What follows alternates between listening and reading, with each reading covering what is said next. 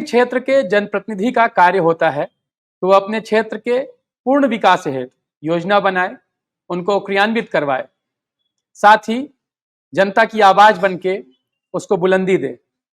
क्या आपने कभी सोचा कि आपके क्षेत्रीय विधायक ने विधानसभा में आपकी बात को कितनी दमदारी से रखा है, कितने प्रश्न पूछे हैं, पूछे भी हैं या नहीं? इन सभी सवालों के जवाब हम खोजेंगे। हमारे साथ हमारे विशेषज्ञ जुड़ चुके हैं। कार्यक्रम में स्वागत है नमन अवस्थी जी का।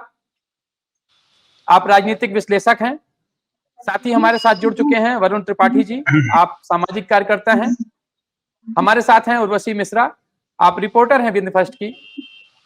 आप सभी का अपना पंचे के शो में स्वागत है। इससे पहले कि हम कार्यक्रम में चर्चा की शुरुआत करें, आइए देखते हैं ये रिपोर्ट।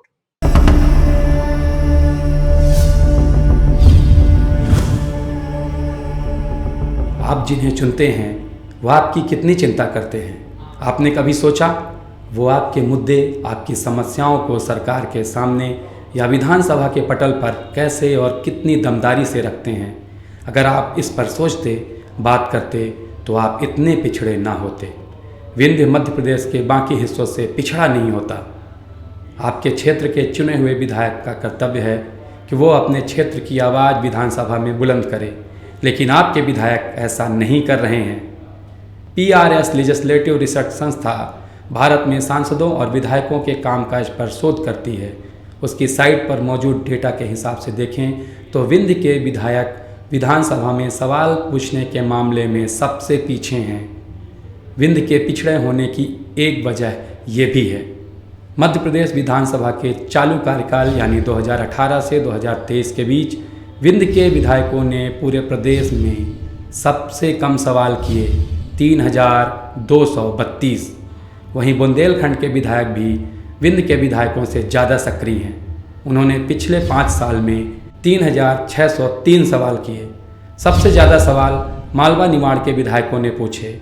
मालवा निमाड़ के विधायकों ने 7161 सवाल किए। मध्य भारत से 5036 सवाल विधानसभा में उठाए गए। महाकौशल के विधायकों ने 4523 सवाल किए।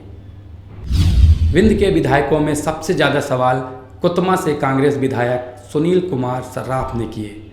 उन्होंने 5 साल में 330 सवाल पूछे। मानपुर से विधायक और राज्य सरकार में मंत्री मीना सिंह ने पूरे कार्यकाल के दौरान एक भी सवाल नहीं किया। एक बार फिर से सुनिए, 5 साल में एक भी सवाल नहीं। वो विद्यार्थी सबसे बेहतर होता है जो कोई प्रश्न न पूछे, शांत क्लास में बैठा रहे।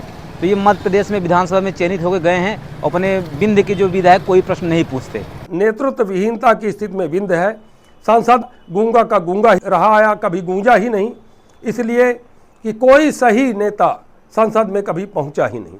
राज्यसभा में भी यही स्थिति रही। यहाँ से ऐसे ऐसे गैर राजनीतिक व्यक्ति राज्यसभा में जाते रहे जिनका कहीं कोई राजनीतिक वजूद नहीं था, और आज भी यही स्थिति है। विंध्य में राजनीतिक शून्यता की स्थिति है और विंध्य को वैकल्पिक नेतृत्व की आवश्यकता है, और समुचित प्रतिनिधित्व के अभाव में विंध्य के जनता में असंतोष भी है, और इसीलिए इस बार बदलाव की बयार समझ में आ रही है। तो आइए देखिए विंध्य के हर विधायक ने कितने सवाल पूछे। रीवा जिला, रीवा राजेंद्र शुक्ला 21, सिरमौर दिव्यराज सिंह 160, सिमरिया KP त्रिपाठी 134, त्योंतर श्यामलाल द्विवेदी 48, मऊगंज प्रदीप पटेल 307, देवतलाव गिरीश गौतम 50, गुड़ नागेंद्र सिंह 109, मनगावा पंचूलाल प्रजापति 41, सतना डब्बू सिद्धार्थ सुखलाल कुशवाहा 207, चित्रकूट नीलांशु चतुर्वेदी 207, रैगांव कल्पना वर्मा 148, नागौद नागेंद्र सिंह 6, मैहर नारायण त्रिपाठी 185, अमरपाटन राम खिलावन पटेल 34, रामपुर बघेलान विक्रम सिंह 44, सीधी केदारनाथ शुक्ला 51, चुरहट सरदेंदु तिवारी 120, सिहावल कमलेश्वर पटेल 189, धौहनी कुंवर सिंह 70, सिंगरौली लल्लू वैस 92, चितरंगी अमरजीत सिंह 1, देवसर सुभाष चंद्र 78, व्यवहारी शरद जुगल 196, जयसिंह नगर जय सिंह मरावी 43, जैतपुर मनीषा सिंह 25, अनूपपुर बिसाहूलाल 63, कुतमा सुनील कुमार 330, पुष्पराजगढ़ फुंदेलाल मार्को 240, उमरिया जिला बांधवगढ़ शिवनारायण सिंह 33, मानपुर मीना सिंह 0। 5 वर्ष में एक बार जाते हैं, चुनाव न हो तो विधायक कोई पहचान न पाई, कोई विधायक नाम की चीज इस दुनिया में एग्जिस्ट करती है। तो वो सब जनता को ट्रेनिंग इसी की 1000 साल से है, फिर से उसको नया कर रहे हैं राजा। तो जनता कोई अगर कहता है, नेता के पास जाता है, भगा देता है, तो जनता ये सवाल कर ही नहीं पाती है कि आप हमारे वोट चुने गए, आप हमारे लिए चुने गए, आपको जो तनख्वाह मिल रही हमारे लिए मिल रही है। विधानसभा में हम वोट लेते हैं पैसा देकर, जाति के आधार पर, शराब के आधार पर, कम्युनिटी के आधार पर, धर्म के आधार पर, तो विकास की चर्चा कैसे आएगी और क्षेत्र के विकास की हम कल्पना कैसे करेंगे? मालिक तो जनता है। या तो आप पैसे में वोट बेच लो, या तो 5 साल के लिए कोई ढंग का आदमी चुन लो, या तो शराब की बोतल में वोट का सौदा कर लो, या 5 साल के लिए अपनी किस्मत का फैसला अपने हाथ तय कर लो। आपके वोट का क्या मतलब है अगर आपके विधायक ही आपकी आवाज़ नहीं उठा रहे? प्रदेश के सबसे पिछड़े, सबसे बेरोजगार, सबसे कमज़ोर क्षेत्र होने की वजह क्या आपके विधायक नहीं हैं? आपको क्या लगता है, आपके साथ कोई धोखा तो नहीं किया गया? क्या आपके मुद्दे मालवा ग्वालियर से कमतर हैं? आखिर कौन है जो आपसे आपका हक छीन रहा है? पिछले 20 साल में ऐसा कैसे है कि न ढंग के स्कूल खुले, ना ही कोई ढंग का उद्योग खोला गया? वे कौन सी ताकतें हैं, कौन लोग हैं जो विंध्य को आगे बढ़ते नहीं देखना चाहते? आपको सोचना पड़ेगा, विंध्य का हक अभी मांगें या फिर चुनें गरीबी, बेरोजगारी और मुश्किलें। सोचिए, पूछिए, मांगिए, आपका हक है। चुप रहना विकल्प नहीं।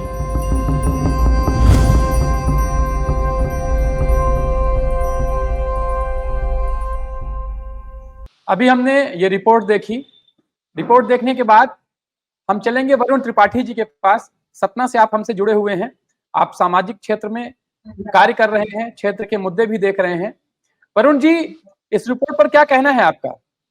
जी, सबसे पहले तो सभी साथियों को नमस्कार और सभी दर्शकों को मेरा नमस्कार। और रिपोर्ट बिल्कुल ही निश्चित रूप से जो एक आपने जो डेटा साझा किया, तो जो रूलिंग पार्टी के एमएलएज हैं उनकी जो सहभागिता है वो बहुत ही कम रही। अपोजिशन पार्टी के एमएलए हैं उनकी सहभागिता अधिक रही निश्चित रूप से अपेक्षाकृत।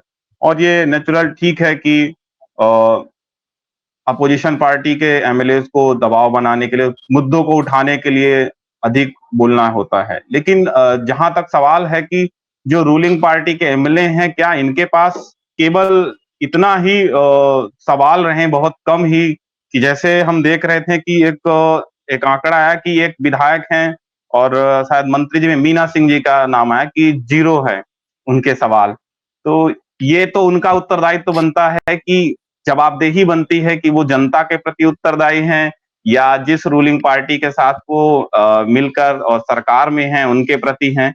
ये तो सवाल उनके लिए ही बनता है और निश्चित रूप से ऐसा सवाल उठा के एक बड़ा प्रश्न चिन्ह खड़ा किया। और आगामी इस अभी विधानसभा चुनाव के लिए ये भी हर एक विधायक के लिए, हर एक जनप्रतिनिधि के लिए बड़ा मुद्दा होगा, जवाबदेही का विषय है कि आपने अपने क्षेत्र के लिए, अपने जनता के लिए, अपने मुद्दों के लिए कितनी बात की, उन विषयों पर अपने विषय कितने रखें, हमारे जो क्षेत्र के विषय हैं। तो निश्चित रूप से बहुत ही चौंकाने वाले आंकड़े हैं और निश्चित रूप से सबकी जवाबदेही तय होनी चाहिए। इसमें भी जनता को सवाल करना चाहिए और राजनीतिक विषय भी ये होना चाहिए, चुनाव के मुद्दे होने चाहिए। और जो चुनाव के मुद्दे, भटकाने वाले मुद्दे हैं, उनको भी छोड़कर इन विषयों पर भी विचार होना चाहिए। और सभी के जो भी सवाल किए गए उसके अंदर भी जो आंकड़े हैं वो भी आप जैसे जो सक्रिय हमारे जो न्यूज के साथी हैं वो इन विषयों को भी साझा करें कि इन्होंने किन किन मुद्दों पे बात की, कौन से विषय पर बात की। जी धन्यवाद। जी, वरुण जी ने अपनी बात रखी है। हम चलेंगे नमन अवस्थी जी के पास। आप राजनीतिक विश्लेषक हैं और विंध्य के मामलों की जानकारी रखते हैं, विंध्य क्षेत्र की समझ रखते हैं आप। क्या कहना है नमन जी आपका इस रिपोर्ट पर? इस रिपोर्ट को देख के जो सबसे पहला प्रश्न पूरे विंध्य की जनता को अपने आप से पूछना चाहिए, हम पत्रकारों को पूछना चाहिए, वो ये पूछना चाहिए कि विंध्य है क्या? क्या केवल बाउंड्रीज विंध्य बनाता है? एक्चुअली में है क्या कि लोग यही नहीं पहचान पा रहे हैं कि क्या है विंध्य। केवल 4 जिले, 5 जिले, 6 जिलों की ये जो बाउंड्रीज हैं, विंध्य इनसे नहीं बनता है। विंध्य बनता है अपनी धर्मपरायणता से, अपने एजेंडे से, और सबसे बड़ी बात अपने अस्तित्व से।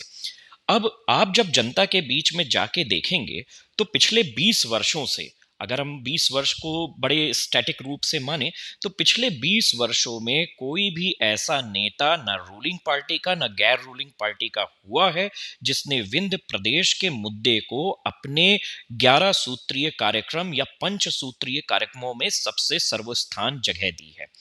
हाँ, नेता अपने निजी फायदे के लिए विंध्य नाम तो उपयोग करते हैं, लेकिन विंध्य की अस्मिता को पहचान नहीं पाते हैं। जब इन 20 सालों में, पिछले 20 सालों में जितना ज्यादा विंध्य के जो मॉरल रिस्पॉन्सिबिलिटीज हैं बच्चों के अंदर, बड़े बुजुर्गों के अंदर, जो विंध्य प्रदेश से जुड़ते थे, जो विंध्य के लिए गौरवान्वित होते थे, उनको इतना ज्यादा भर दिया गया है कि उनको विंध्य प्रदेश के नागरिक होने में अपने आप को कोई गर्व ही नहीं रह गया है। और यही गर्व ना रहना इस बात का सबसे बड़ा एक कारण है कि हम लोग विंध्य प्रदेश या विंध्य की अस्मिता को भूलते जा रहे हैं। हमने अपनी परंपराएं भुला दी। हम विंध्य को आज तक, ये आप सोचिए, पिछले 20 वर्ष में जब से रूलिंग पार्टी का एक लगातार लंबा शासनकाल चला है, हमने विंध्य प्रदेश की डेमोग्राफिक स्टडीज के लिए कौन सा ऐसा रिसर्च इंस्टीट्यूट बना लिया?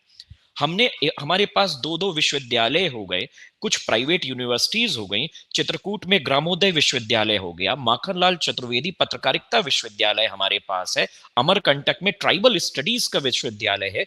इतने सारे विश्वविद्यालय होने के बावजूद भी कौन सा ऐसा विश्वविद्यालय है या कौन सा ऐसा नेता है जिसने विंध्य प्रदेश के ऊपर एक डेमोग्राफिक स्टडीज शुरू की हो? हम कैसे बताएं कि हम विंध्य के लोग हैं? यही जब हम नहीं बता पा रहे हैं जनता को, तो हम कैसे नापेंगे? यहाँ का आदमी तो इस बात पे गौरवान्वित है कि भोपाल में एक इस गांधी स्क्वायर बन रहा है। यहाँ का आदमी तो इस बात से गौरवान्वित है कि दिल्ली में उसके इलाके की खनिज उत्पादन होने की ट्रेनें चल रही हैं। उसको क्या मिला? और वो इसलिए सवाल उठा नहीं पाता क्योंकि उसके अंदर विंध्य प्रदेश का नागरिक होने का गर्व या घमंड है ही नहीं।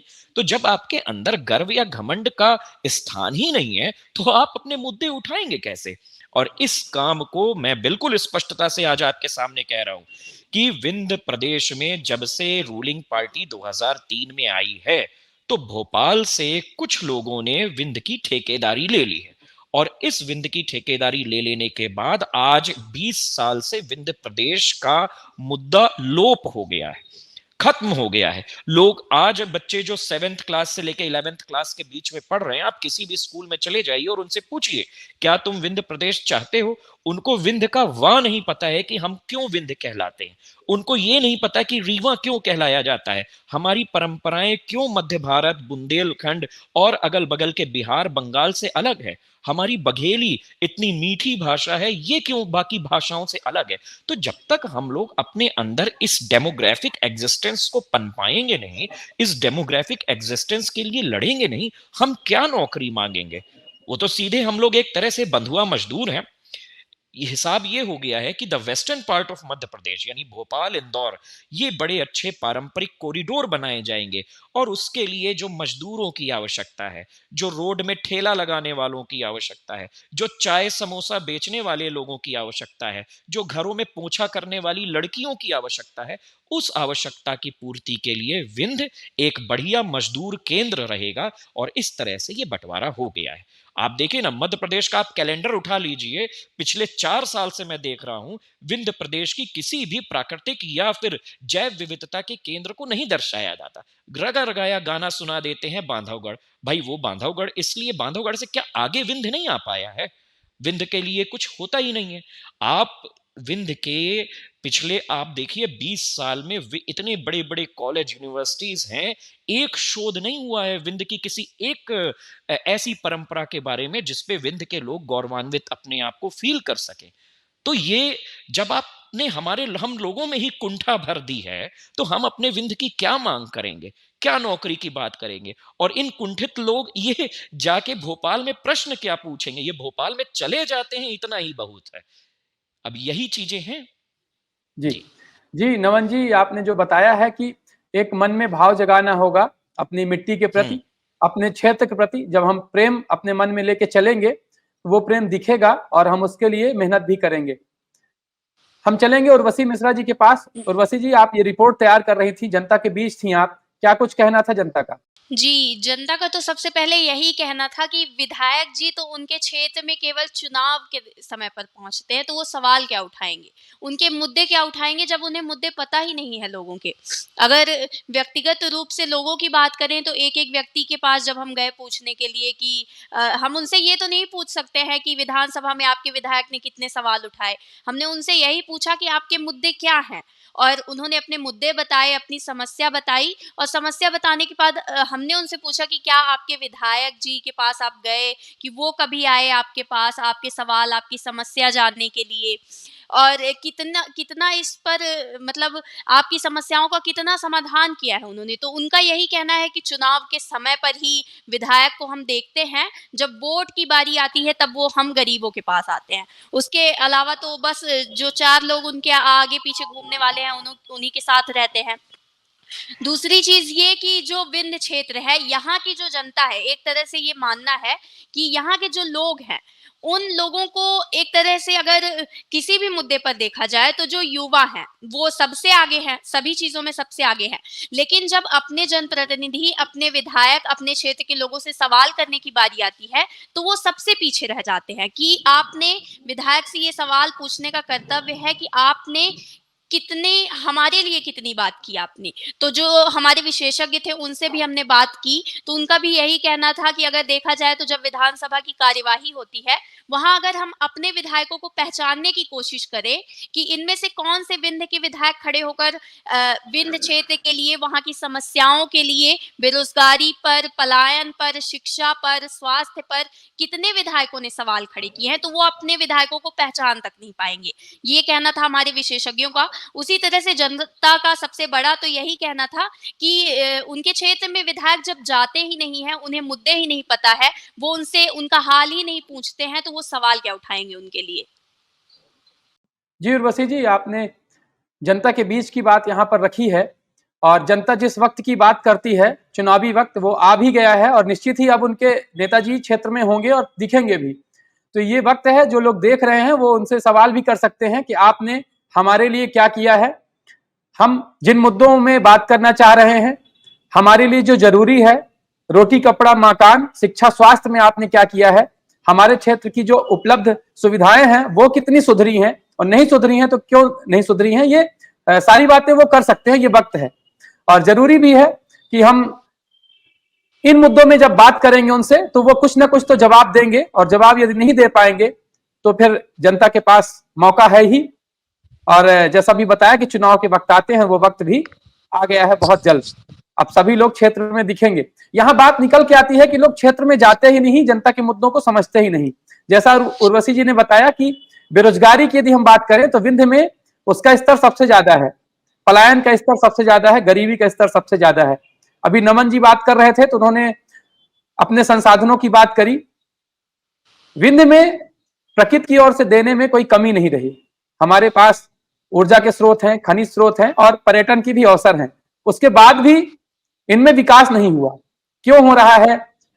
ये सवाल सबसे बड़ा निकल के आता है हमारे सामने। नमन जी, क्या कहते हैं आप इस पर? अगर हमको विंध्य को देखना है तो विंध्य को 2 हिस्सों में बांटना पड़ेगा, 2 टाइम जोन्स पे। अगर हम बात करें 2003 के पहले, रीवा सतना, आप अगर इस बेल्ट को लें जो कि वर्ल्ड के टॉप मोस्ट सैंडस्टोन बेल्ट कही जाती है, तो जब इसमें देखें तो लगातार नई फैक्ट्रीज वहां पे लगती जा रही थी। 2003 तक की मैं बात कर रहा हूं। आप देखिए रीवा में देखें, वीटीएल लग चुका था जो टेलीलिंक्स केबल्स बनाने की वर्ल्ड की one of the best companies हैं, और सबसे बड़ी बात उसमें 72% से भी ज्यादा लोकल रिसोर्स काम कर रहा था। बेला का सीमेंट प्लांट ले लीजिए, चारों तरफ जो सीमेंट प्लांट्स फैले हुए हैं, इनके कारण हाँ हम ये बात जरूर मानते हैं कि तत्कालीन जो सरकार रही थी उन सरकारों ने यहाँ पे इंफ्रास्ट्रक्चर के ऊपर काम किया हो ना किया हो, रोड बनवाई हो, चिकनी चिकनी रोडें दिखाई हो, जनता को ना दिखाई हो, लेकिन इन्होंने लोगों के एम्प्लॉयमेंट को सुधारने के लिए बहुत अच्छा काम किया था, क्योंकि ये इलाका पारंपरिक रूप से सोशलिस्टों का था। सोशलिस्टों के बाद वो सोशलिस्ट समाजवाद की प्रेरणा से अलग अलग पार्टियों में गए थे। लेकिन जब आप 2003 के बाद देखिए, मैं आज आपके माध्यम से जनता के बीच में ये पूछना चाहता हूं कि 2003 के बाद रीवा में या विंध्य क्षेत्र में लगी हुई एक बड़ी फैक्ट्री का आप नाम बताएं। सबसे बड़ी चीज युवा वर्ग बेरोजगारी। क्यों नहीं होगा बेरोजगार? रीवा में विश्व का सबसे बड़ा सोलर प्लांट लगता है। रीवा में विश्व का सबसे बड़ा सोलर प्लांट लगने पर 1400 से ज्यादा नौकरियां निकलती हैं, लेकिन उन नौकरियों में विंध्य का कोई भी योगदान नहीं। हमारी बिजली से दिल्ली की ट्रेनें तो चल रही हैं, लेकिन हमारे घर के चूल्हे नहीं जल पा रहे हैं। तो इन 1400 लोगों की नौकरी, हम लोग दूसरों का वजन और बोझ क्यों ढोएं? इस पूरे जब आप इस सर्किल को देखते हैं तो आप पाते हैं कि ये विंध्य में नौकरी करने वाले लोग कहां से आए। तो ये 1400 लोग कहीं और से नहीं आए हैं, ये मध्य प्रदेश की ही पश्चिमी हिस्से से यहाँ पे आते हैं, नौकरी करते हैं, पैसा कमाते हैं। और हमारा विंध्य का जो सबसे बड़ा काम है, विंध्य के लोग जो उस सोलर प्लांट में नौकरी पा रहे हैं, वो सवेरे टैंकर लेके उस सोलर प्लेट को धोने की पा रहे हैं। ये कैसा विकास है? आप विकास के जज्बे को तो देखिए। जब आपके पास पैसा नहीं रहेगा तो ये महंगे महंगे हॉस्पिटल, ये बड़ी बड़ी बिल्डिंगें जिसमें हजारों लाखों करोड़ों की दुकानें खुल रही हैं, और ये चिकनी रोडों के ऊपर कौन चल पाएगा? क्या फ्लाईओवर के ऊपर विंध्य में 60% लोग आज भी डेली साइकिल या मोटरसाइकिल से सवारी करते हैं? तो साइकिल वाले के लिए ये फ्लाईओवर का क्या काम है? जब तक आप उसकी जेब में पैसा नहीं भरेंगे, तब तक उसके पास कमाने के साधन नहीं होंगे, तब तक वो अपने अनएम्प्लॉयमेंट को नहीं खत्म कर पाएगा। अब इस अनएम्प्लॉयमेंट रेट को 2003 के बाद एक्चुअली एड्रेस ही नहीं किया गया। 2003 के बाद लोगों ने अपने फायदे के लिए, कुछ विशेष ग्रुप ऑफ पीपल के फायदे के लिए, एक सिंडिकेट के फायदे के लिए रोडें बनवा दी, फ्लाईओवर्स बन गए, लेकिन फैक्ट्रियों के लगने की संभावना नगण्य हो गई। अब जब युवाओं के पास पैसा नहीं होता तो वो क्या करता है? अगेन वो इमोशनली और फिजिकली दोनों डिमोरलाइज होता है। तो रीवा विश्व में सबसे बड़े सस्ते नशे का केंद्र बनता जा रहा है। लोग यहाँ पे कोरेक्स जैसी और दवाइयों जैसी चीजों के आदी होते जा रहे हैं। क्यों नहीं आदी होंगे जब आप उनके एम्प्लॉयमेंट के लिए कुछ कर ही नहीं रहे हैं? आप देखिए ना, अभी शिल्पी प्लाजा के सामने निकलिए, एक रोड जो बनी हुई रोड थी, उस रोड के ऊपर एक रोड डाल दी गई है। कितनी बार आप रोड बनाएंगे? हमें रोडों से ज्यादा पेट भरने की समस्या है, शिद्दत से ईमानदारी से जीने की समस्या है। आप उन समस्याओं को एड्रेस नहीं कर पा रहे हैं।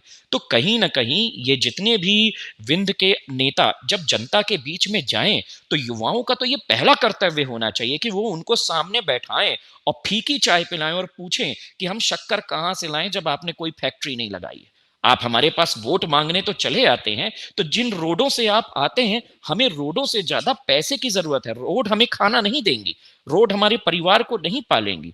अब 2003 से पहले की जब आप बातें देखते हैं, जो फर्स्ट फेज है विंध्य प्रदेश के गठन का, उसमें विंध्य, अगर हम रीवा, सतना और कटनी तीनों को हम मिला ले जो व्यापारिक केंद्र हैं, तो करीब 168 मीडियम और लार्ज स्केल इंडस्ट्रीज का एक केंद्र था विंध्य। तो फिर हमारे विंध्य के पास 2003 में ऐसा क्या हुआ कि हमारे विंध्य में बस रोडें रोड बन रही हैं, फ्लाईओवर ही फ्लाईओवर बन रहे हैं, बिल्डिंगें ही बिल्डिंगें बन रही हैं, लेकिन फैक्ट्रियां लगनी बंद हो गई? ये क्या हो रहा है हमारे साथ? तो लोगों को सस्टेनेबल डेवलपमेंट है उसे देखने की जरूरत है। केवल रोडों का जाल, बिल्डिंगों का जाल, शीशे वाली दुकानों से विंध्य नहीं चलता है। विंध्य चलता है, वो मैं आपको बता रहा हूं ना, बिना धर्म के राष्ट्र एक जमीन का टुकड़ा मात्र है।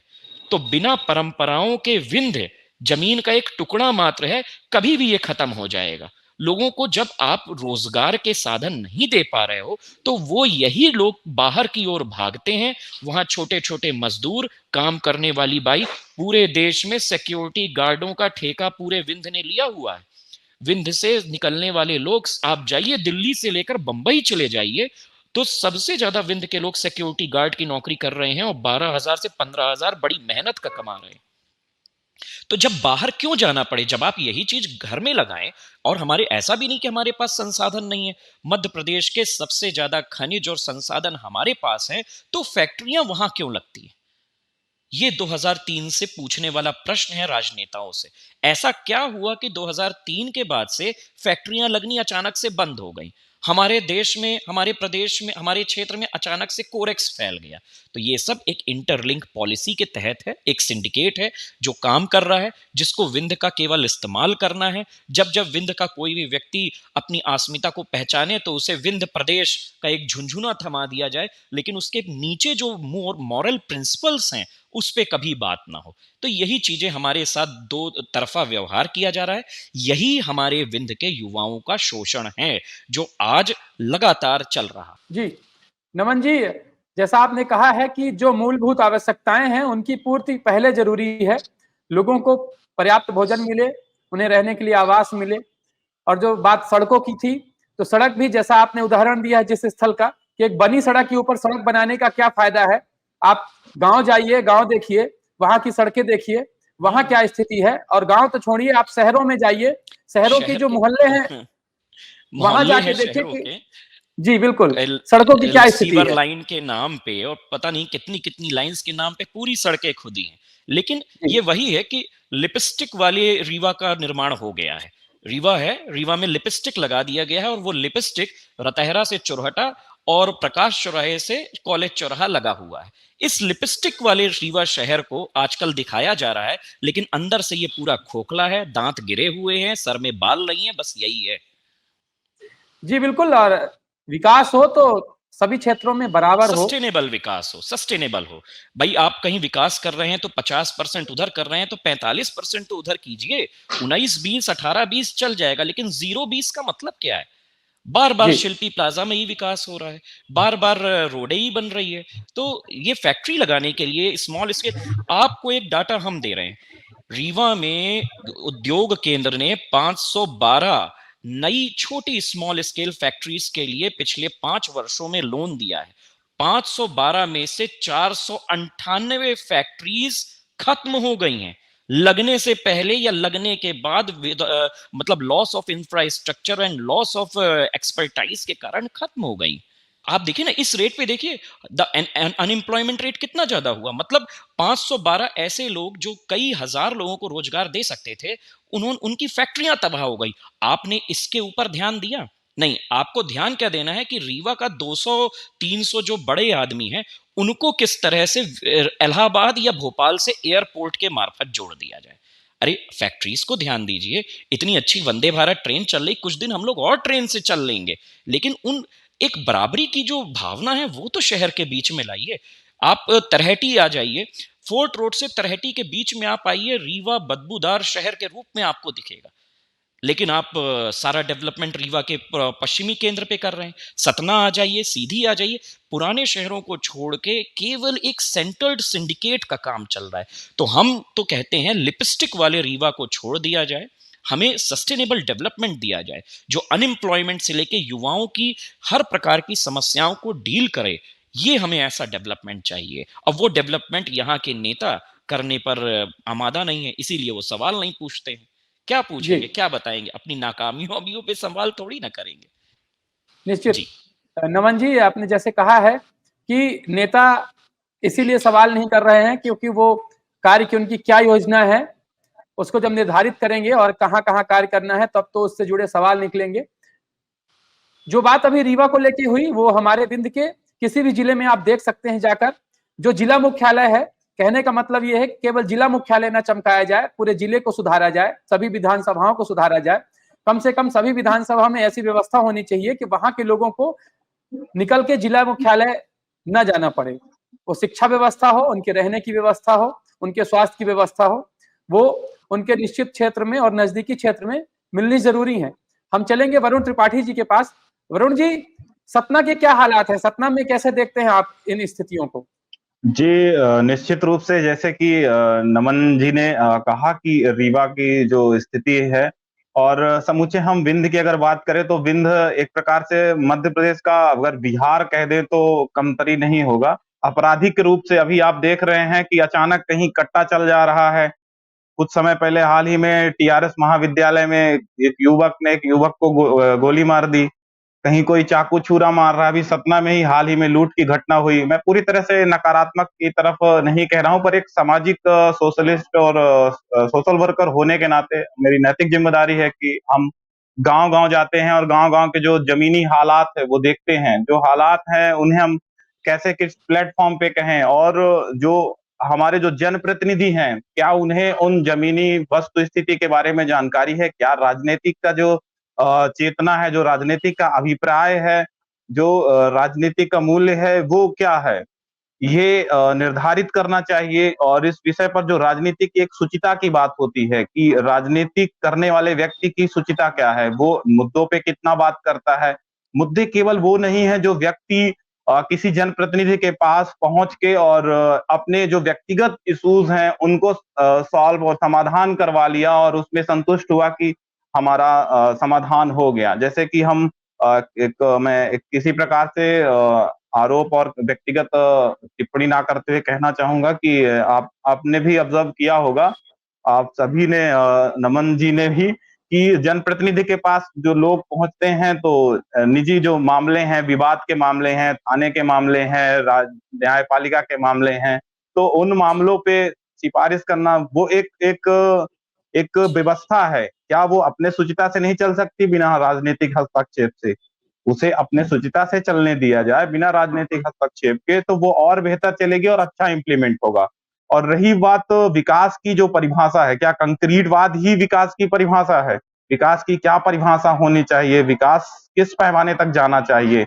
उदाहरण के तौर पर अगर मैं रामपुर बघेलान क्षेत्र से हूँ और एनएचआई जो है उसके किनारे ही मेरा निवास स्थान है और सड़क के बारे में जब सड़क बनी लगभग 10 साल, 12 साल, 15 साल वो सड़क बनने में लगे। रीवा से बेला मार्ग जो सतना से बेला मार्ग है और उसको बनने में इतने दिनों तक धूल उड़ी, तो सड़क निर्माण कार्य के दौरान जो अनियमितताएं हैं, आप देखिए कि वहां पे सड़क दुर्घटनाओं के मामले बढ़ते हैं, रोड में प्रदूषण के मामले बढ़ते हैं और जो सतना बेला मार्ग है वो अभी भी अंडरपास ब्रिज कहीं भी कंप्लीट नहीं हुए हैं और वहां पे टोल लगा दिया गया है। आप देखेंगे कि रामपुर से जब वो सड़क लामिक रही, हमारा जो पंचायत है वहां पे जुड़ती है, तो वहां पे क्या क्या मानक तरीके हो सकते थे? वहां पे आए दिन सड़क दुर्घटनाएं होती रहती हैं। तो इन ऐसे गंभीर विषयों पे कोई कैसे सवाल नहीं होता, सवाल और कैसे कोई इस विषय पर विचार नहीं करता कि भाई एक दिन घटना हुई, 2 दिन हुई, ये लगातार हो रही हैं तो वो प्राकृतिक हो सकता है पर ये अप्राकृतिक है, कहीं न कहीं तो चूक हुई है हमसे। ऐसे विषयों पर भी विचार होना चाहिए। उदाहरण के रूप में आप अन्य मुद्दों पर जाएँ, हम अगर रोजगार की बात करें, रोजगार, शिक्षा, जो हम एक अगर राज्य की हम बात करते हैं तो हम वेलफेयर स्टेट हैं।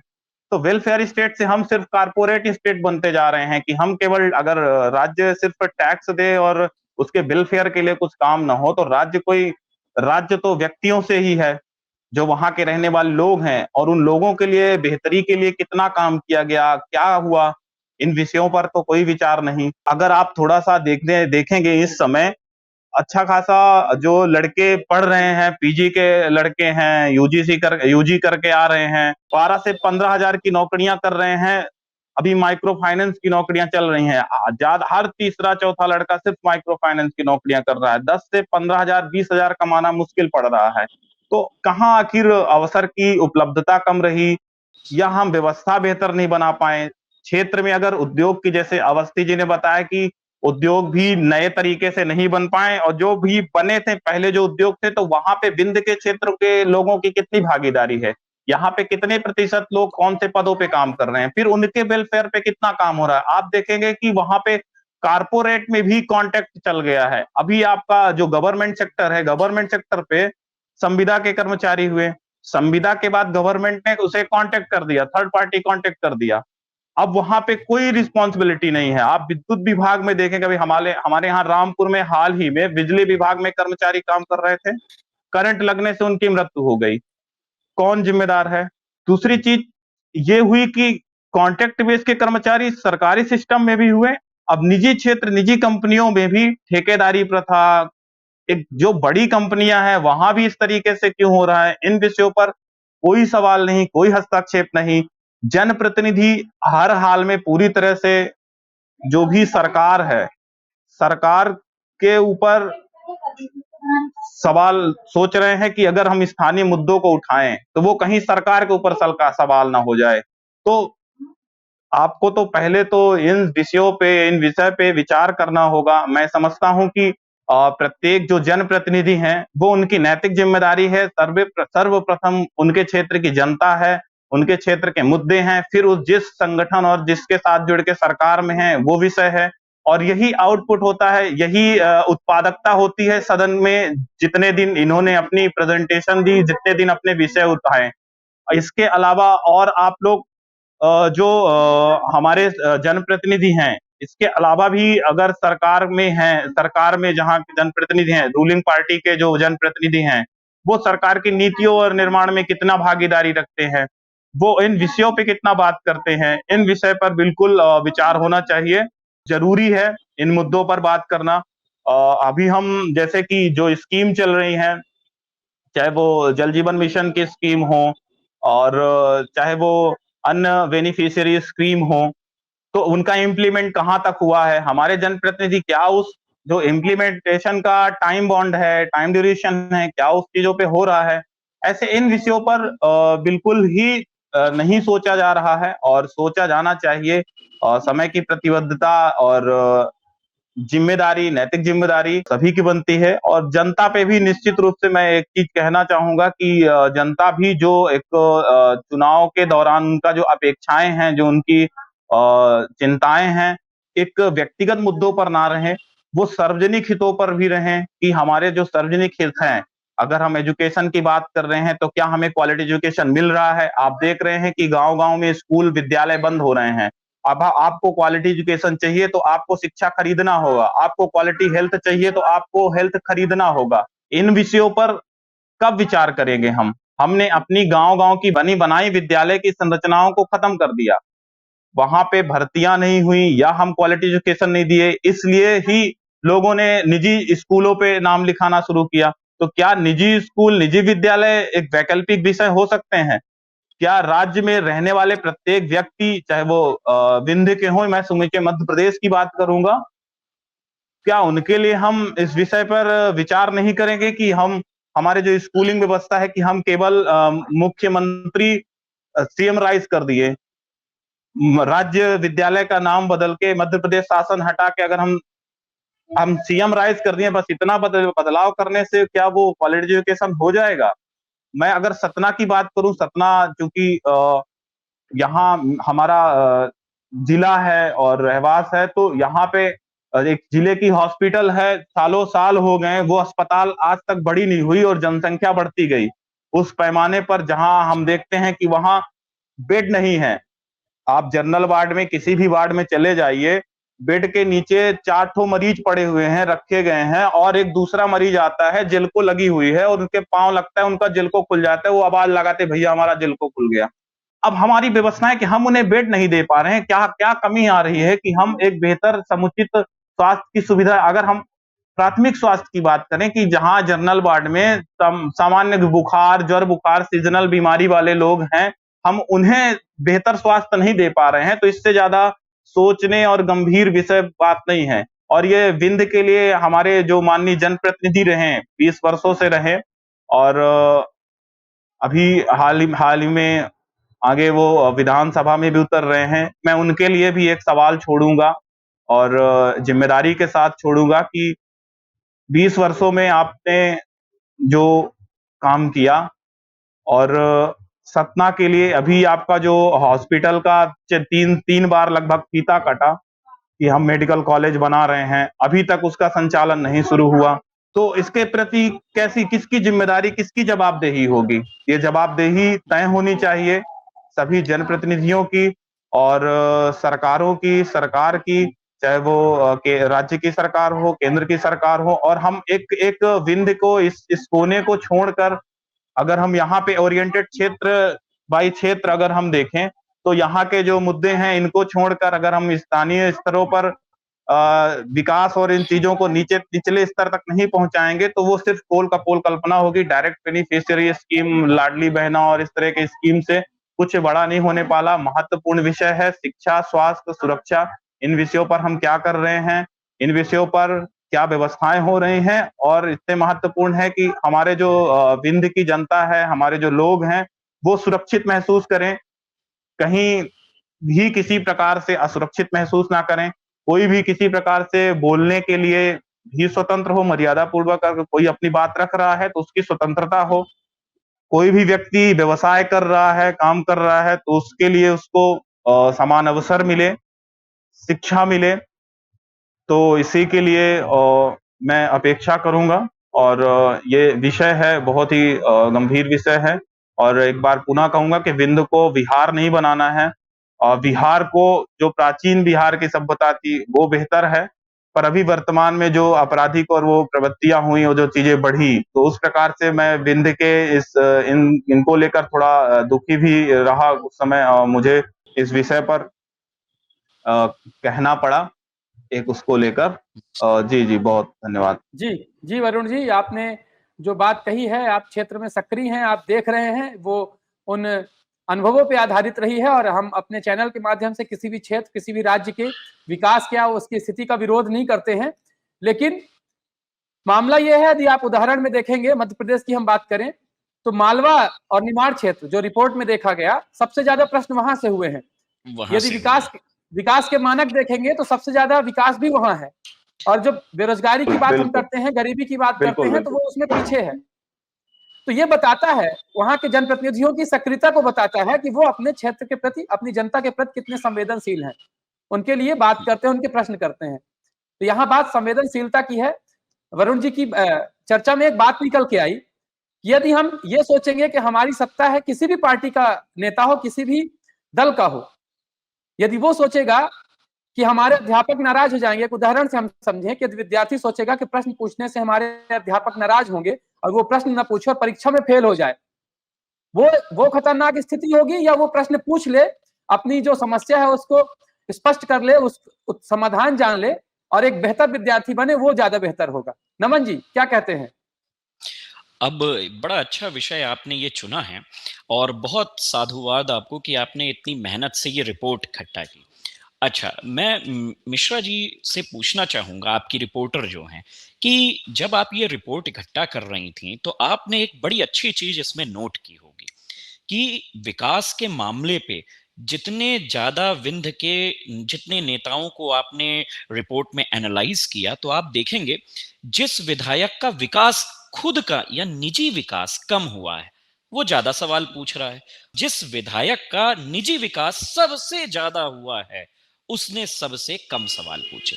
यानी कहने का मतलब यह है कि विकास तो विंध्य में भी चल रहा है, लेकिन जनता का विकास नहीं हो रहा है, नेताओं का निजी विकास हो रहा है। आप 2003 में जो इनकम टैक्स रिटर्न सबसे कम यानी 45 सवाल 50 सवाल पूछने वाले जो विधायक हैं, आप उन 2003 में वो कितना इनकम टैक्स दे रहे थे, इसे आप देखिए, और 2023 में कितना ज्यादा इनकम टैक्स दे रहे हैं, इसे आप एनालाइज करें। आप जब ये एनालाइज करेंगे तो आपके समझ में आएगा कि इनकी चुप्पी कोई वरदान नहीं है, ये अपने विकास करने में लगे हुए हैं, इसलिए बड़े शांत तरीके से हैं। और आप देखिए, आप अभी रिपोर्ट निकाल के देखिए, एक व्यक्ति हैं 0 सवाल पूछा, उनका विकास आप देखिए, इस समय उनके इलाके में त्राहिमाम मची हुई है।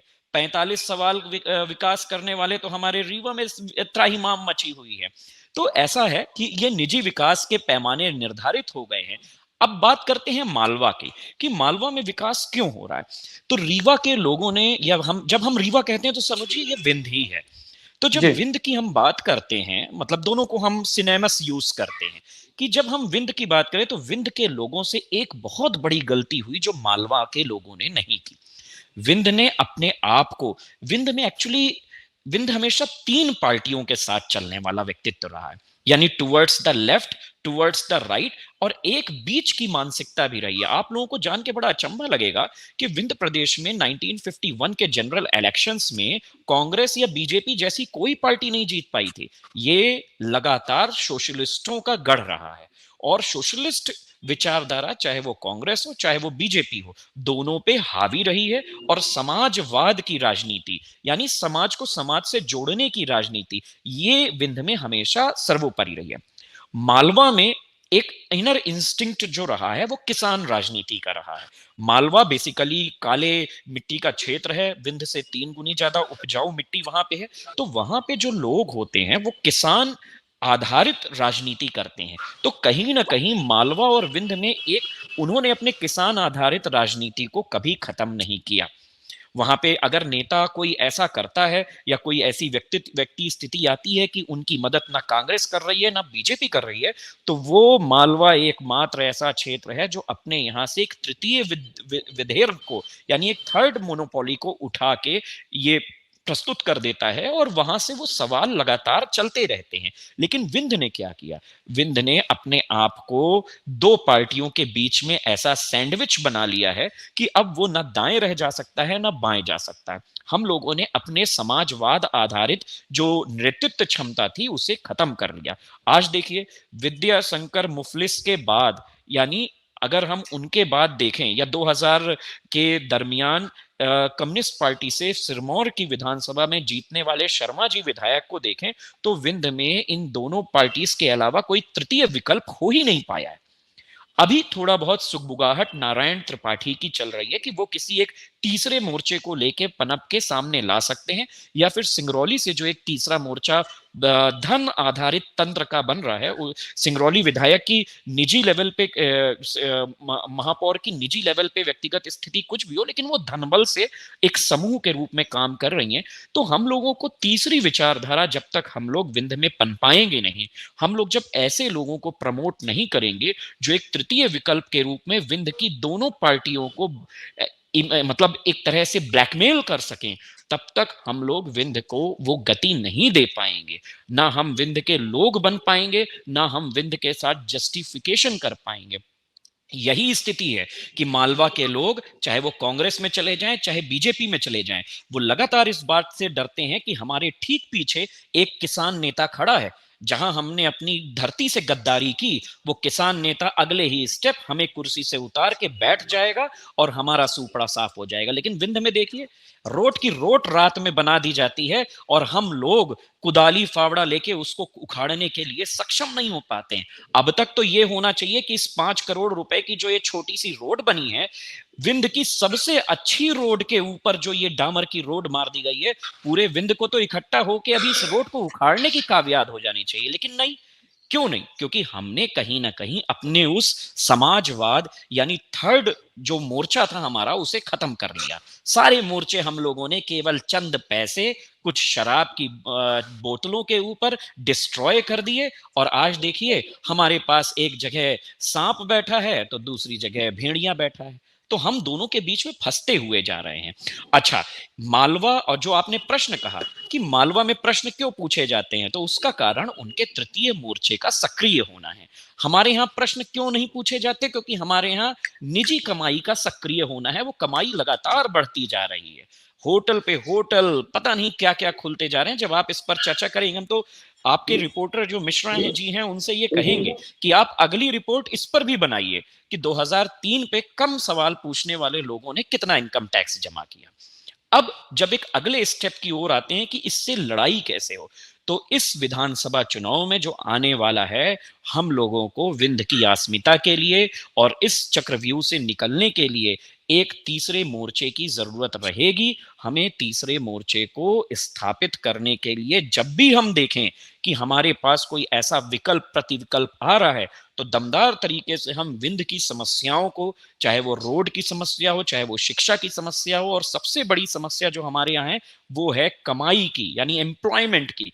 एम्प्लॉयमेंट की समस्या को लेके उस थर्ड मोर्चे के व्यक्ति के पास जाएं और उनसे लिखित रूप में लेके हम आपको अपना समर्थन देंगे, आप हमें इस विंध्य के मोर्चे पे हमारी जो मूलभूत समस्याएं हैं इनके निराकरण के लिए कदम उठाएंगे तो हम आपका समर्थन देंगे। और धीमे से विंध्य में जैसे ही तीसरा मोर्चा आ जाएगा तो मैं इतना आशावान हूं कि मुझे लगता है कि थर्ड मोर्चे के स्थापित होते ही हम लोग विंध्य की बहुत सारी समस्याओं से निजात पा जाएंगे। और अगर वो तीसरा मोर्चा जीत पाए ना जीत पाए ये एक अलग बात है, लेकिन फिर भी हम लोग विंध्य को एक दिशा देने पे सक्षम हो जाएंगे और इन नेताओं के ऊपर चाहे किसी भी पार्टी का आ जाए एक जो लगाम है वो लगाने पे कामयाब हो जाएंगे, जैसा कि मालवा के लोग लगा पा रहे हैं। और यही हम विंध्य के लोगों की कमी है।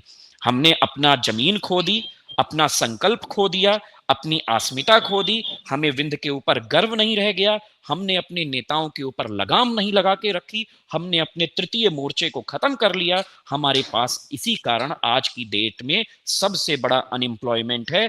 मैं अखंड जी ये कहने पे बिल्कुल दो राय नहीं रखता कि विंध्य एकमात्र ऐसी जगह है जहां पे हर घर में कोई ना कोई समस्या चल रही है।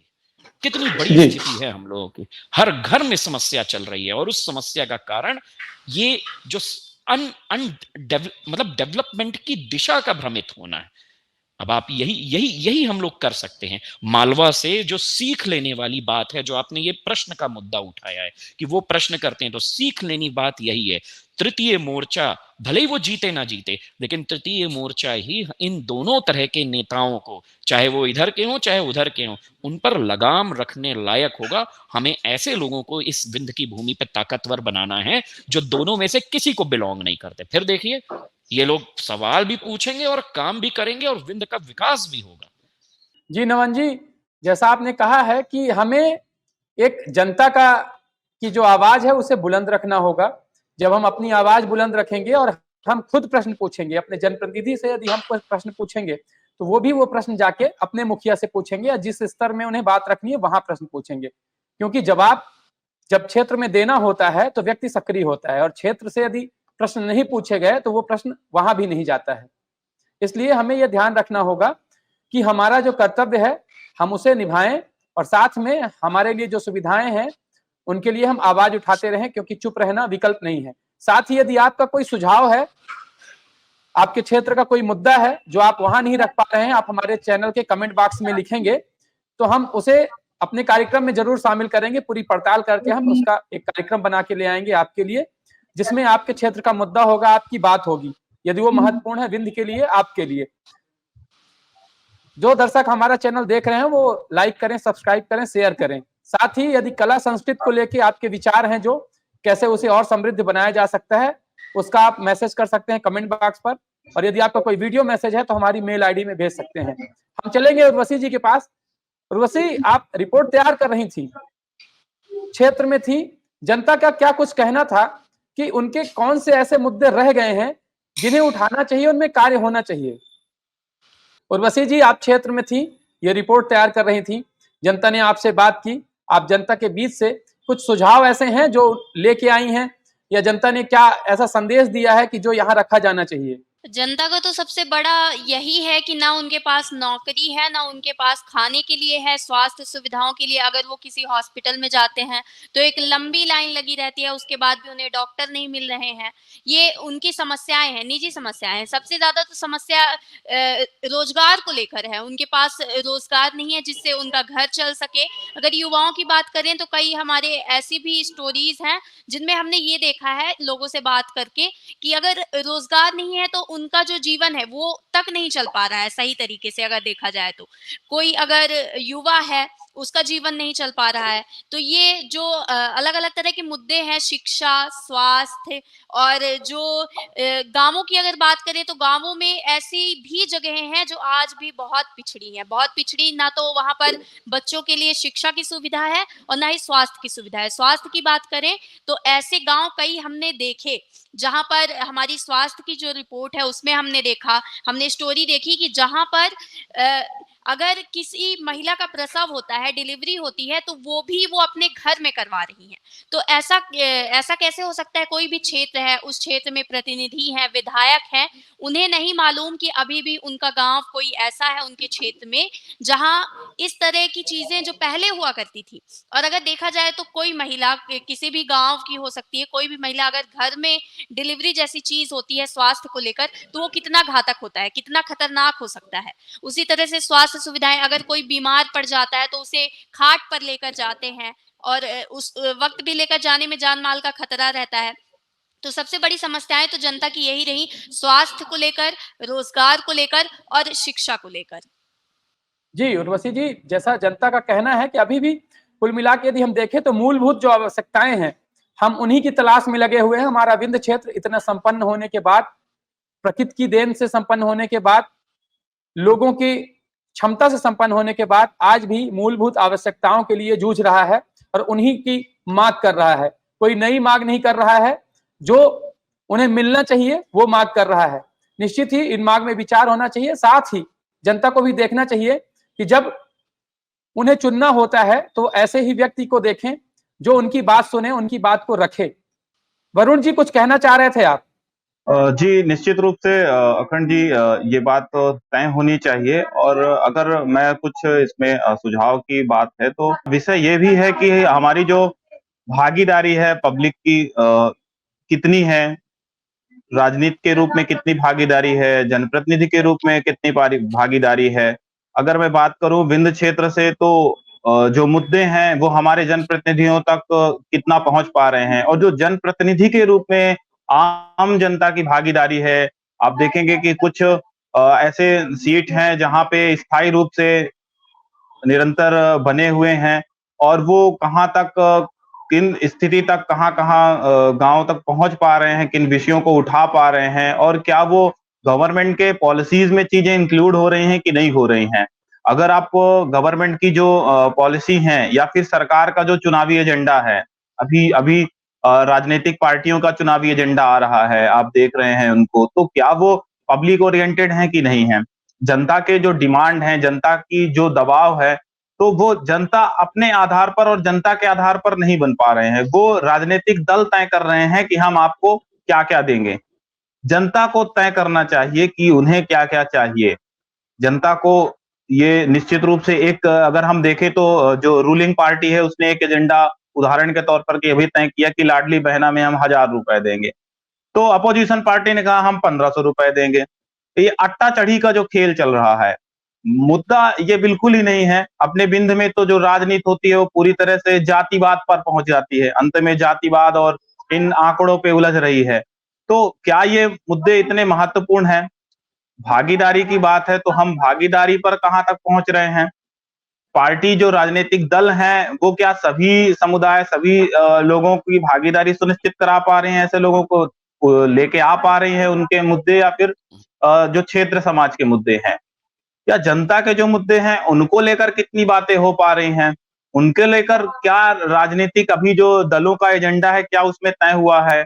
महत्वपूर्ण विषय है। जैसे कि अवस्थी जी ने कहा, आपने भी शुरुआत में ही कहा कि मनुष्य की मूलभूत आवश्यकताएं हैं, रोटी, कपड़ा, मकान। सही कह रहे हैं। उसके बाद हम आते हैं विकास की प्रक्रिया में।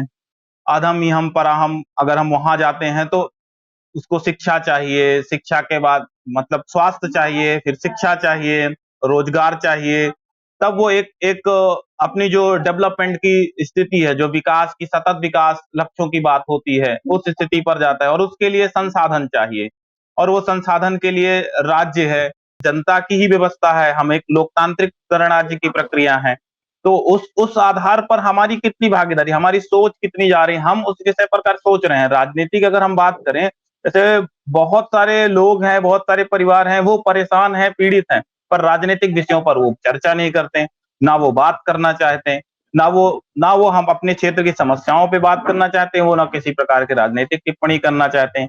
तो जरूरत है कि जनता को भी विषय पे अब खुल के बोलना चाहिए, विचार रखने चाहिए, और सोशल मीडिया और ये एक बहुत ही अच्छा माध्यम है।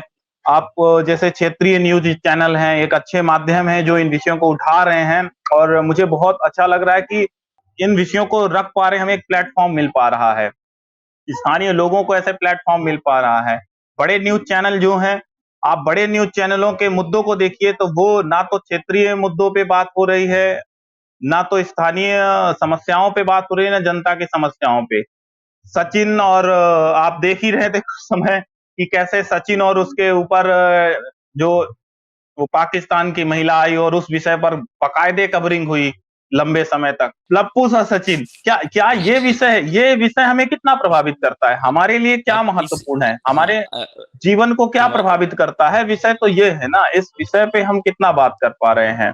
तो अखंड जी, न्यूज और यहाँ पे जी बिल्कुल अवस्थी जी, मैं आपके पास आऊंगा। जी वरुण जी, रखें बात। जी बोलिए। तो जी मैं बिल्कुल यही कहता हूं कि जो भी लोग हैं, चाहे जिस भी स्थिति पर हैं, हर व्यक्ति जिस ओहदे पर है, जो भी है, हर व्यक्ति अपनी योग्यता क्षमता के आधार पर कार्य करता है और उसकी योग्यता क्षमता उसकी शिक्षा और उसकी सामाजिक पृष्ठभूमि से बनती है।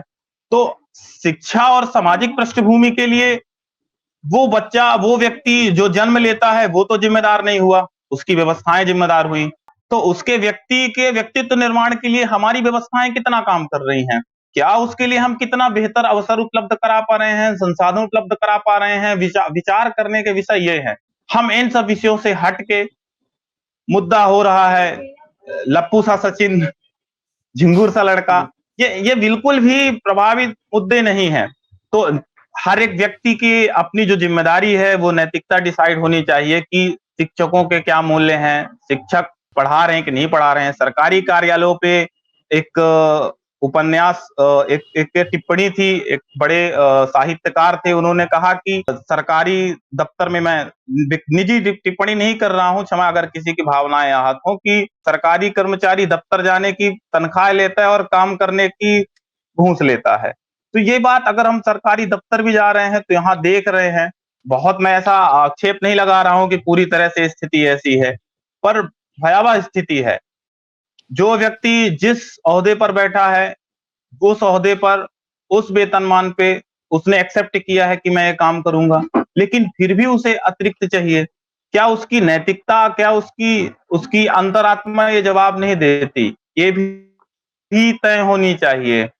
जी वरुण जी, जो आपने बात रखी है अभी कि नैतिकता बिल्कुल और महत्वपूर्ण है और हमारी जिम्मेदारियां हमें निभानी चाहिए, जो हमारा कर्तव्य है वो हम निभाएं और पूरी ईमानदारी से निभाएं, क्योंकि यदि हम ईमानदारी नहीं रखेंगे तो धीरे धीरे कार्य में वहीं से खराबी होनी शुरुआत होती है उसकी, है ना। हम अपनी व्यवस्थाएं नहीं चला पाएंगे, भले ही हम केवल आलोचना और टिप्पणियों पर बैठे रहें, पर हर व्यक्ति की अपनी अपनी जिम्मेदारी, अपनी योग्यता क्षमता पर आधार काम करता है। कोई काम बड़ा और छोटा नहीं, मैं समझता हूं कि कोई भी काम बड़ा और छोटा नहीं होता। जिसने जितनी जो योग्यता बनाई है वो काम कर रहा है और वो उसमें बेहतर और कितना बेहतर कर सकता है उसको अपना प्रयास करते रहना चाहिए। और उसके प्रयास और इन सभी संभावनाओं पर सरकार को, इन व्यवस्थाओं को नैतिक रूप से जिम्मेदारी होनी चाहिए कि वो व्यवस्थाएं बनाएं। उदाहरण के तौर पर एक चीज मैं ऐसा कहूंगा कि बच्चे कोचिंग संस्थान की अगर हम बात करें तो क्या विंध्य में ऐसी व्यवस्थाएं, बड़ी यूनिवर्सिटी लाइब्रेरी और ये व्यवस्थाएं नहीं हो सकती थी कि युवा दिल्ली में पढ़ रहा है, इंदौर में पढ़ रहा है, 5-5, 7-7 साल से तैयारी कर रहा है, गवर्नमेंट सेक्टर में जॉब अपॉर्चुनिटी कितनी निकल के आ रही हैं, वहां पे कितनी भर्तियां हो रही हैं, एक अनुपातिक दृष्टि में आप देखें तो कितने अवसर उपलब्ध कराए जा रहे हैं। तो इन सभी विषयों पे क्या जनता और लोग, राजनीतिक दल, ये सभी विषयों पे अपनी जिम्मेदारी नहीं तय कर सकते कि हमें ये चाहिए, ये मुद्दा है, ना कि आपने कहा कि 1000 रुपए लाडली बहना का करेंगे और दूसरे ने कहा कि हम 1500 करेंगे। ये कोई बात हुई? मैं इस अभी जो हाल ही में घटनाएं हो रही हैं, ये चीजें चल रही हैं, इससे तो मेरा व्यक्तिगत रूप से हृदय बहुत ही आहत है। अपेक्षाएं नहीं है कि आज हम 21वीं सदी में आधुनिक दौर में यहाँ पर पहुंच चुके हैं और हम आर्थिक व्यवस्थाओं और आर्थिक चुनौती के लिए एक डायरेक्ट भुगतान पर निर्भर हों, महिलाएं डायरेक्ट फंडिंग पर निर्भर हों। वो ठीक है, सहयोग करना वो जरूरी है, हम फूड सिक्योरिटी और उसमें भी आलोचना नहीं करते हैं, वो सही है। पर अगर हम नीतियों की बात करें तो आप बढ़ के आइए, आप कहिए ना कि अगर अपोजिशन का है, रूलिंग कह रही है, तो अपोजिशन को मुद्दे आधारित राजनीति पे आना चाहिए कि आपका क्षेत्र का मुद्दा क्या है, कि गांव-गांव में बच्चे को वहीं पे ही स्थानीय स्तर पे क्वालिटी एजुकेशन देंगे? हम बेहतर क्वालिटी एजुकेशन क्यों नहीं देंगे? हम वहीं पे इंस्टीट्यूशन को बेहतर क्यों नहीं करेंगे? हम आयुष्मान कार्ड, अगर हम हेल्थ की बात करें, आयुष्मान का कार्ड का एक आंकड़ा दिया जा रहा है। मैं समझता हूं कि आयुष्मान कार्ड इतना प्रभावी नहीं हो पा रहा है। वो सिर्फ आंकड़ों के रूप में हो सकता है, पर कई लोगों को लाभ में मिला है। पर अगर हमारे जो स्थानीय स्तर पर बेहतर इंफ्रास्ट्रक्चर बनाया जाए, मैं रीवा में तो अपेक्षाकृत तो हॉस्पिटल संजय गांधी है और नया ट्रामा इंस्टीट्यूट वो मतलब स्वास्थ्य के लेवल में कुछ चीजें और बेहतर बनी हैं। नकारात्मक रूप से ही मैं नहीं कहूंगा, सकारात्मक रूप से भी कहूंगा कि अगर आप बात करें एक हेल्थ सेक्टर की, तो वहां पे एक क्षेत्र निश्चित कर दिया गया कि यहाँ पे हेल्थ से रिलेटेड सुविधाएं दी जा रही हैं। आप एजुकेशन की बात करें, एजुकेशन हब बनाया जा रहा है। आप न्यायपालिका वहां से अलग एक नए जगह शिफ्ट की जा रही है, तो वहां पे यातायात और आवागमन बढ़ा, तो जिससे रोजगार के साधन भी तय हो रहे हैं। लेकिन अगर हम दूसरी तरफ सतना की बात करें, सीधी की बात करें, तो यहाँ पे हम क्या काम कर रहे हैं? तो केवल सेंट्रलाइज होने से कहाँ काम चलने वाला है? भीड़ है, जनसंख्या भी बढ़ती जा रही है, क्या उसके अहदे पर हम व्यवस्थाएं दे रहे हैं? क्या हम जो हमारे सुरक्षा के मानकों की बात करें, तो जो हमारे पुलिस थाना है, जो हमारी पुलिस की ड्यूटीज हैं, जो वहां पे अनुपात के आधार पर होने चाहिए, क्या वो मुहैया कराए जा रहे हैं? कि एक व्यक्ति पे कितने व्यक्तियों पे एक पुलिस का जवान तैनात होना चाहिए? ये भी तो एक वेलफेयर का बात है। जी जी बिल्कुल। तो इन विषयों पर अगर हम फॉरेस्ट और इनकी बात करें क्षेत्र में, जैसे कि मेरा मझगमा क्षेत्र, परसमनिया क्षेत्र और दूर तक आपका नागौद की अगर बात करें, तो हम दुर्गापुर और रुद्रनापुर तक जाते हैं। वहां पे आप फॉरेस्ट लैंड और उधर पे रहने वाले जो हमारे ट्राइब हैं, सीधी के जो हमारे ट्राइब हैं, उनके वेलफेयर के लिए हम कितना काम कर पा रहे हैं? महत्वपूर्ण विषय ये भी है कि अगर हम कृषि की बात कर रहे हैं, तो कृषि में हम अभी नहरों का जो जाल बनाना, जो नहर बनाने की प्रक्रिया थी, हमारे स्थानीय विधायक जी इस विषय को भी 2-3 बार सदन में उठा चुके थे, पर सरकार ने भी अभी तक उस विषय पे कितनी गंभीरता से लिया, अभी वो इम्प्लीमेंट की है, वो चीजें रुकी हुई हैं। पिछले 10 वर्ष से चीजें वहीं पे, रामपुर अगर दक्षिणी की हम बात करें, नहर बननी थी तो वहां पे ही रुकी हुई हैं। तो अगर कोई जनप्रतिनिधि भी विषय रखता है अपने रूलिंग पार्टी में होते हुए भी, तो क्या वो विषय को इतने गंभीरता से सरकारें इंप्लीमेंट कर पा रही हैं कि नहीं कर पा रही हैं? इस विषय पर जनप्रतिनिधि को भी सोचने की जरूरत है और जनता को भी सोचने की जरूरत है कि हमारे स्थानीय मुद्दे किस तरीके से गंभीरता से सरकार के पटल पर लिए जा रहे हैं कि नहीं लिए जा रहे हैं। तो लिए जाने चाहिए, और इसके लिए हमने अपने स्तर पर क्या प्रयास किया, तो ये भी गंभीर विषय है। और भी बहुत सारे विषय हैं। मुझे लगता है कि बहुत एक बड़ी डिबेट हो सकती है, बहुत बड़ा एक चर्चा हो सकता है, कई समय लग सकता है, और निश्चित रूप से आप वरुण जी, उन विषयों पे भी हम निश्चित ही कार्यक्रम लेके आएंगे और चर्चा करेंगे। बिल्कुल। बात यहाँ निकल के आती है कि कितना ध्यान दिया जाता है प्रश्नों पर। तो जो हमारा आज का मूल विषय है, विंध्य के प्रश्न, वो प्रश्न जब उठाए जाएंगे, ज्यादा से ज्यादा उठाए जाएंगे, तो उनमें निश्चित ही ध्यान दिया जाएगा। जब हम अभी प्रश्न उठाने में ही पीछे हैं, तो उनमें ध्यान कहाँ से दिया जाएगा? बात तो यहाँ पे बिल्कुल निकल के आती है कि हम उठा ही नहीं रहे हैं प्रश्न, तो ध्यान क्या दिया जाएगा? और आपने कुछ बातें रखी हैं कि हम क्षणिक लाभ में फंस के और क्षणिक लाभ को देख के यदि हम अपने भविष्य को, अपने क्षेत्र के भविष्य को, बच्चों के भविष्य को दरकिनार करेंगे, तो हमें समस्याओं का सामना करना होगा। अवस्थी जी, आप अपनी बात रखना चाह रहे थे। जी, हम यहाँ पे ये हम कहना चाहते थे त्रिपाठी जी की बात पे कि लप्पू सा सचिन या झिंगुर सा लड़का, अगर राष्ट्रीय स्तर पे ये चर्चा है कि लप्पू सा सचिन है और झिंगुर सा लड़का है, तो हमारे विंध्य प्रदेश के स्तर में भी चोटी कटवा जैसे बड़े पुराने और लोढ़ा टंकड़ा जैसे कार्रवाइयां या फिर मसौदे तैयार हुए हैं। यही चीज तो हमारे विंध्य को एकदम बाकी सबसे अलग करती है। आप देखिए ना, हर पारंपरिक चीज का हमारे विंध्य में एक अलग रुतबा है। जैसे फॉर एग्जाम्पल, मालवा अपने विकास को वोट देता है, मालवा अपने किसानों को वोट देता है, विकास को नहीं देता, मालवा अपने किसानों को वोट देता है। तो हम विंध्य जाति के नाम पे वोट देता है, और ये यहाँ की लोगों को लगता है कि ये बड़ी कुरीति है, ऐसा है। मैं इसे बहुत स्वर्णिम भाग मानता हूं कि विंध्य अपनी जाति आधारित वोटिंग करने के पैटर्न पे है, और ये पैटर्न 1950 से लेके आज आप जो चुनाव में जा रहे हैं 2023 में, इसमें भी यही पैटर्न जाएगा। लोग जाति आधारित वोटिंग करेंगे और यही हमें समझना है कि ये विंध्य की कोई कुरीति नहीं है, ये विंध्य की सुनीति है, यही समाजवाद है। जो हमारे यहाँ सोशलिज्म का प्रचार प्रसार है वो यही है। भाई अपने अपने समाज को वोट देने में क्या बुराई है? बिल्कुल कोई बुराई नहीं है। अगर कोई देश में अलग अलग वर्गों की पॉलिटिक्स है, कोई दलित पॉलिटिक्स करता है, कोई ओबीसी पॉलिटिक्स करता है, तो विंध्य भी सवर्ण पॉलिटिक्स का एक बड़ा अच्छा गढ़ है और ये पॉलिटिक्स बड़ी कंस्ट्रक्टिव पॉलिटिक्स रही है। तो आने वाले समय में विंध्य जो है वो जाति आधारित वोटिंग पे जाएगा। ये विंध्य का एक बड़ा अच्छा पैटर्न है। हमें जाति आधारित वोटिंग ही है, ठीक है। तो विंध्य का जो सबसे बड़ा पैमाना है वो ये है कि जाति आधारित वोटिंग होने के बावजूद भी विंध्य जिसकी जितनी हिस्सेदारी उसकी उतनी दावेदारी के प्रिंसिपल पे काम करता है।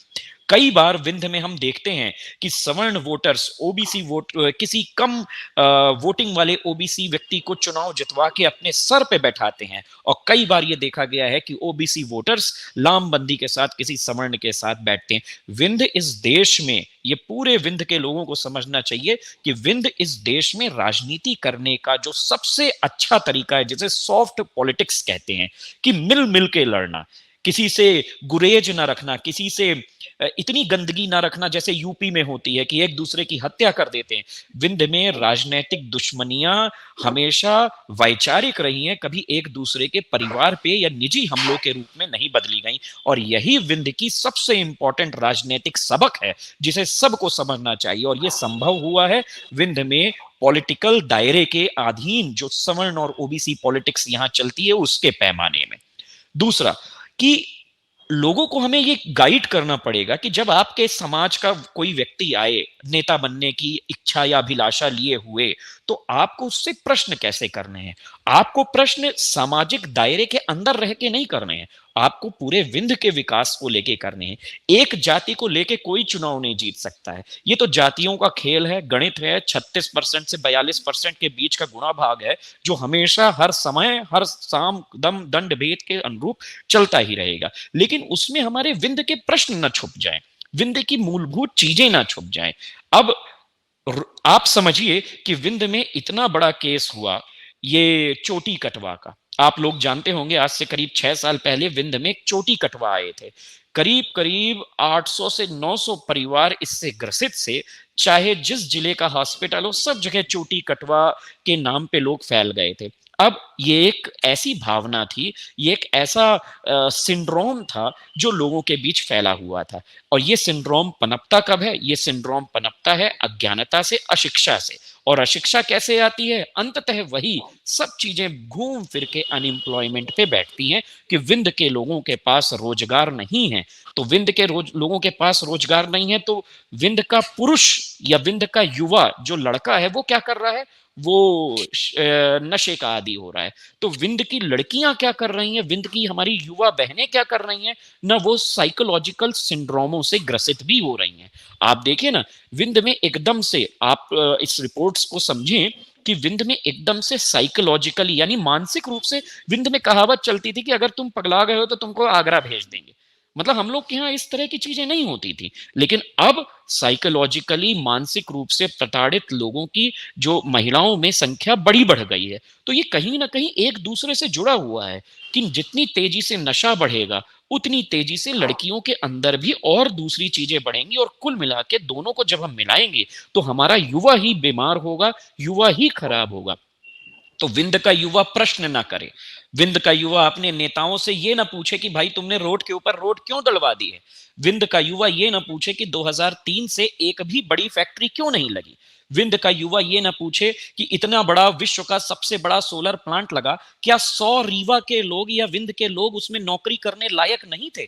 तो इन सब प्रश्नों को दबाने के लिए विंध्य में आप देखिए, मतलब इन सब प्रश्नों को दबा के रखे रहने के लिए इस तरह की एक धारणा चलाई गई कि विंध्य के लोग अपने आप को हमेशा कुंठित समझें, अपने आप को हीन भावना से ग्रसित समझें, ये समझें कि हम कुछ नहीं कर सकते हैं, और जब कुछ नहीं कर सकते हैं तो हमेशा ये टेलीफोन उठाएं, नेताजी को लगाएं, तो नेताजी आपके हेलमेट से, आपकी गाड़ी के पर्चे से, आपके घर के पड़ोसी के झगड़े से आपको मुक्त करा देंगे। आप इसी में खुश रह जाएंगे कि नेताजी ने हमारा ये काम कर दिया, और नेताजी मूल रूप से जहां उनको प्रश्न पूछना चाहिए वहां प्रश्न ना पूछ के अपनी जेबें भरेंगे।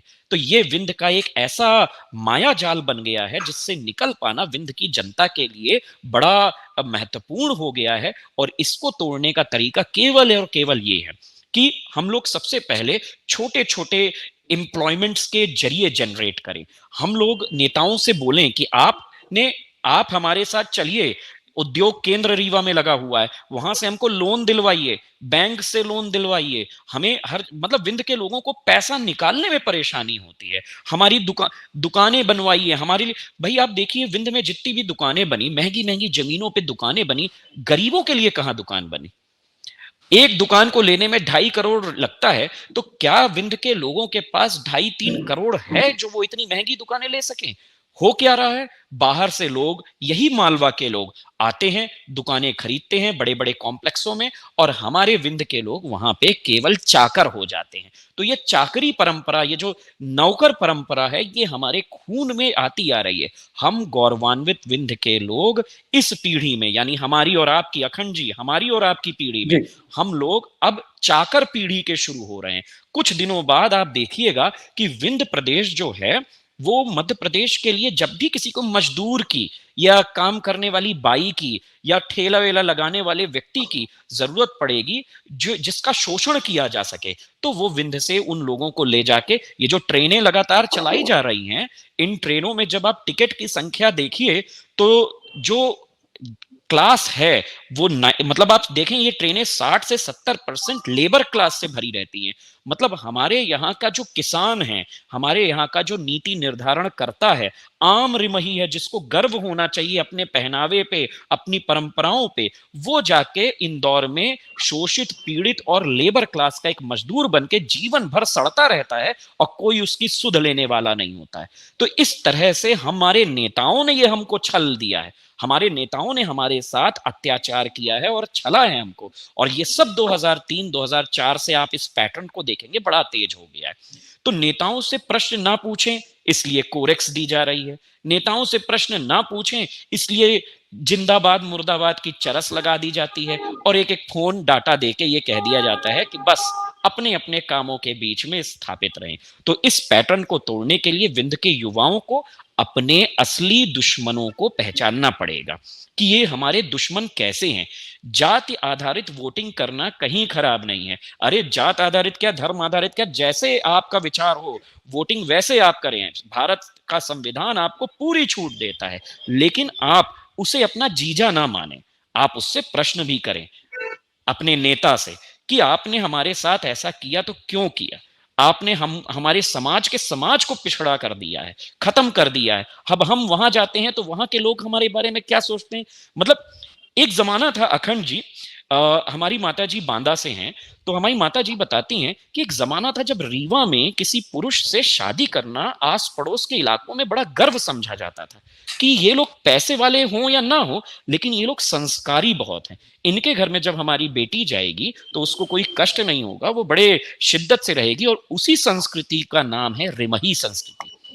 कई बार लोग हमें सॉफ्ट स्पोकन कहते हैं कि हम लोग मुलायमियत से बात करते हैं, तो इसका सम्मान चारों तरफ था। लखनऊ के बाद लखनऊ की सलाकत को अगर कोई टक्कर दे सकता था तो वो रिमही देहाती परंपरा थी, जो देखने दाखने में देहाती जरूर थी, लेकिन उसके संस्कार लखनऊ की तरह ही ताकतवर थे। आज देखिए हमारे परिवार इन्हीं सब चीजों के कारण तोड़ दिए गए।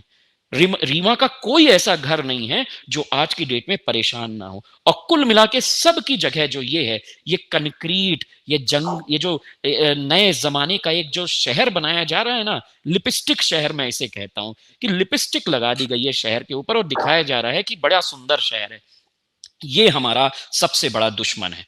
उसके अंदर हर घर के अंदर चीखते हुए बच्चे हैं, परेशान लड़कियां हैं और ऐसे युवा हैं जो नशे के आदी हैं, और इन सब के ऊपर बैठे हुए वो माँ बाप हैं जो अपना सर पीट रहे हैं कि 2003 से हमने ऐसी क्या गलती कर दी कि हमारा विकास का जो पैमाना समाजवाद की ओर जा रहा था वो पटरी से पलट के कंक्रीट के जंगलों की ओर दौड़ने लगा। और यही हम अगर समझ गए और इस गलती को ना दोहराएं तो आप देखिए विंध्य से अच्छा इलाका कहीं इस धरती पे नहीं होगा। आप ये चीज नोट करके रखें। हम तो मतलब बहुत वेल मैनर्ड लोग हैं, हमें धोती पहनने में गर्व है, हमें अपने रिमही होने पे गर्व है। यही मैं आपसे कहना चाहता हूँ। जी जी, नमन जी ने अपनी बात रखी है, उसमें कुछ सुझाव भी हैं। जो बातें हैं वो हमारे दर्शक देख रहे हैं। हमें यह समझना होगा कि हमारे हित में क्या है, हमारे क्षेत्र के हित में क्या है, हमारे बच्चों के भविष्य के हित में क्या है। और निश्चित है कि जो घोषणा पत्र होता है किसी का, किसी सरकार का, किसी जनप्रतिनिधि का, उसे भी हमें देखना चाहिए।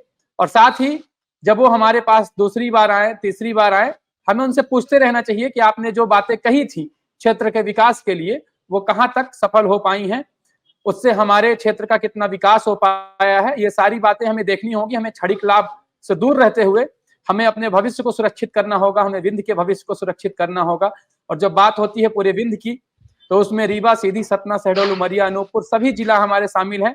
और जब बात किसी जिला मुख्यालय की होती है, हमारे विशेषज्ञ भी कोई जिला मुख्यालय की बात करते हैं तो वो हर जगह का प्रतिनिधित्व करता है।